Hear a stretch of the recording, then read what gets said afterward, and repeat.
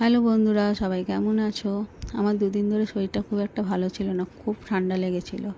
আর ঠান্ডা লাগলে জানোই, মুখে কোনো স্বাদ থাকে না, কিছু খেতে ইচ্ছা করে না, খালি মনে ঝাল ঝাল করে কিছু খাই। তো ফ্রিজ খুলে দেখলাম দুটো পেয়ারা পড়ে আছে, তো ভাবলাম পেয়ারাগুলোকে ভালো করে ঝাল ঝাল করে মাখা করি। আর এই পেয়ারা মাখা করলে ছোটোবেলার কথা মনে পড়ে যায়। আমাদের সময় তো ফোন ছিল না, তখন দুপুর হলে কোথায় পেয়ারা মাখা, আম মাখা, কুল মাখা, টমেটো মাখা, এসব মাখা করতাম দুপুরবেলা, বন্ধুরা মিলে খেতাম। আর এই ছোটোবেলার কথা মনে পড়লে খুব মনটা খারাপ হয়ে যায়, তাই না? তো যাই হোক, দেখো পেয়ারাগুলোকে ভালো করে ধুয়ে ছোট ছোট করে কেটে নিয়েছি। তারপর ওর মধ্যে সাদা নুন, বিট নুন, চাট মশলা, জলজিরা, ধনেপাতা কুচি, গন্ধরাজ লেবুর পাতা, বেশ কয়েকটা কাঁচা লঙ্কা বাটা দিয়েছি।